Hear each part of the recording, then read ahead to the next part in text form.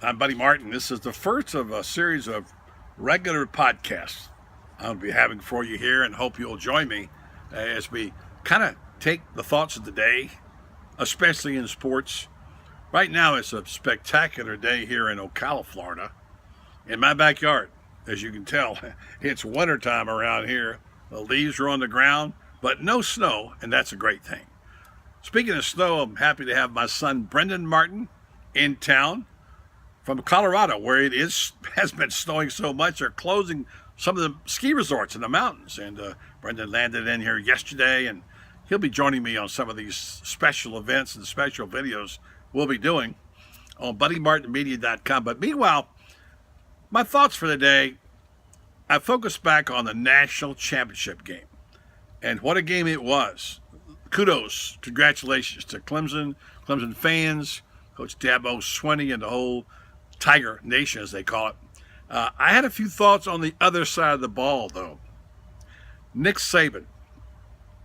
We're going to acknowledge right off that Nick Saban is, if not the best college football coach of all time, certainly one of the best. And in today's world, he and Urban Meyer are kind of in a class by themselves. Their record shows that. Nick Saban did not win the national championship for the fifth time, and a lot of people thought it was kind of a slam dunk. Here's what I thought about. Exactly when did Nick Saban and Alabama lose the chance to win a national championship? That's right, lose a chance. Now, this is just a theory, and in no way am I denigrating Saban or Alabama, because I think they'll be back again next year, knocking at the door. But you know, an avalanche starts with a single pebble down the mountainside.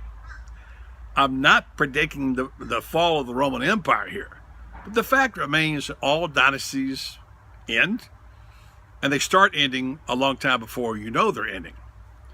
I'll just throw this out there for you to chew on today. That the question is that when Nick Saban had his first flare-up with his offensive coordinator, Lane Kiffin, mid-season, on the sideline where he berated this guy and embarrassed and humiliated Lane Kiffin. Some would say justifiably so, but in my opinion, you don't do that to your staff in a forum like that. And then went to the locker room and bragged about the so-called ass-chewing he had given Kiffin. That was not just tacky. It was it was bullying, which I think Nick Saban is a bully. But a lot of football coaches use the bully pulpit. So you say, okay, he's just coaching his coaches. Well, along goes the season. The offense struggles a bit late in the year. And then we know what happened. Saban actually fired his offensive coordinator, Lane Kiffin, a week before the national championship game. Now, okay, I get all of the reasons why. I get the fact it's his right to do that. But I ask you, is Nick Saban impervious to making mistakes, impervious to owning up to those mistakes? And when you look back at it, even though it was a competitive game and Alabama scored late, and their freshman quarterback, Jalen Hurts, made a terrific run, there's no question the offense was not up to speed. So I just throw this out today.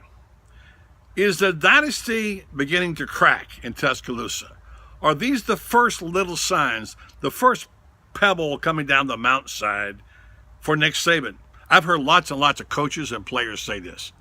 When I went to the Super Bowl my second year in the NFL, I thought, this is great. I can't wait to go back again. And guess what? A lot of them never went back again. So that elusive fifth national championship for Nick Saban, will he get there? Well, he's going to be competitive, but in my opinion, I've got to at least ask the question, has the first pebble of the avalanche come down the mountainside for Nick Saban? I'm Buddy Martin. Have a good day.